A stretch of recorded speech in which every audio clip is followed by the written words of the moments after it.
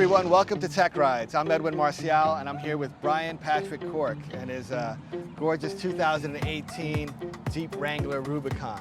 And before we talk about the Jeep, Brian, I want to ask you, you've done a lot of things, but more recently I know you've done some leadership coaching. Can you tell us a little about that? Yeah, so thanks, Edwin. So the angle of approach, right, it's all about service industry. So my career arc has been venture capital, executive recruiting, and now executive and business coaching and family office intermediary. But the common thread with all of it is helping leaders who are influential make better decisions.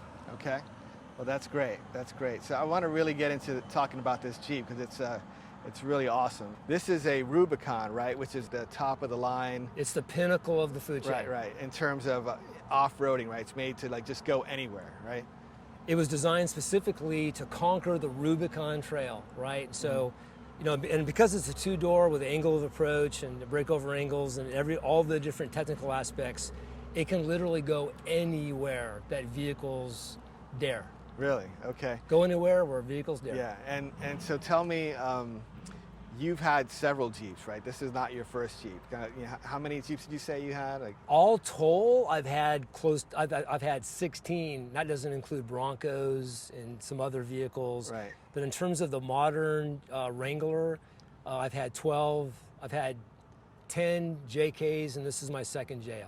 JL. Okay. So, and the JL, that's like the new model for the 2018. They kind of redesigned it. So there was a JK was the outgoing one. Now it's a JL, right? Yeah, the JK defined the new industry. That's when everybody really started paying attention when the four doors came out. Right. And this is the new configuration. You know, Chrysler and Jeep really listened. The modifications are subtle, but they're telling, very significant. So this is this one here. I love this red. It's what is it called? Firecracker red. Firecracker red. Firecracker red. That's a good name for it. And it's a two-door. So you said that's pretty rare, right? Like it really is. For example. A two-door Firecracker Red JL Rubicon, I think there's 2 in the market.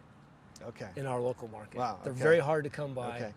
And I know that one of the things about Jeeps is people love to modify them and add all sorts of aftermarket modifications. So tell me, I know you've done some, like tell us a little bit about those. Well, the aftermarket is $2 billion, right? So boys and their toys.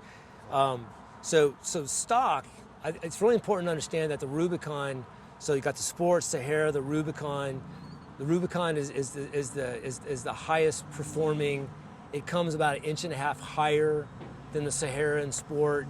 It comes with slightly bigger wheels and tires. The suspension, the shocks, a lot of those things are more rugged. And then when someone like me gets their hands on it, I'll do the aftermarket. For example, I've added, you know, a 10,000-pound winch. There's nothing I can't pull out of the muck. I'll use that word. Yeah.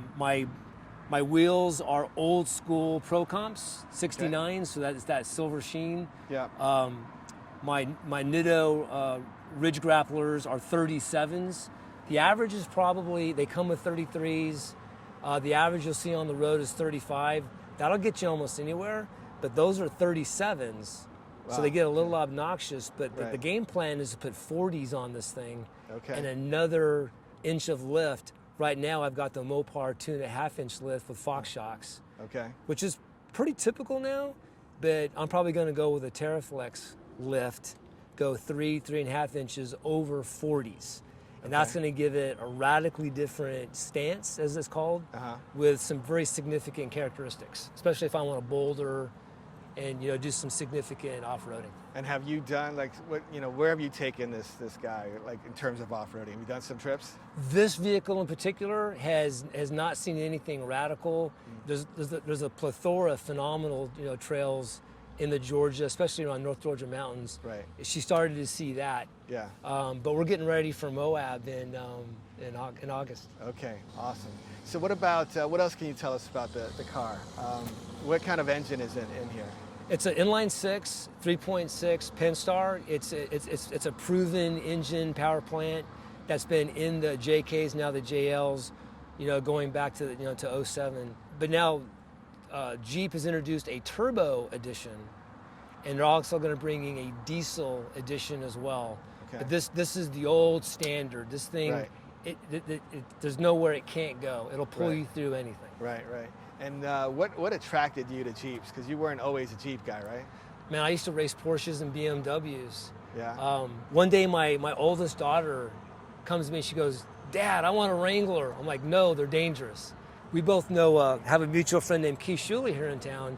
He got his daughter a Wrangler. So I called Keith and I said, "What were you thinking? Why is Lauren driving a Wrangler?" And he goes, "Dude, you think they're going to roll over, don't you?" He goes, "They're made not to do that." Right? So I was sold. And so I got Haley her first Wrangler. And a couple of my buddies at UPS and some other companies were like, "Dude, you need one too." And so I got back into my first JK around 2010. Okay, great. And I've been wrangling ever since. Well, this is great. I'm really excited to drive it. Thanks for being on Techrides. And I want to thank Keith also for bringing you and connecting us together. And when he mentioned that we should get a Jeep on Techrides, I was all over it. I think I'm really excited for it. And I want to do some off-roading with you too in the future. We're going to do that, absolutely. Yeah, all right. All right, thank you, Brian. All Thanks right, for man, being I on appreciate it. here. Let me help. Yeah.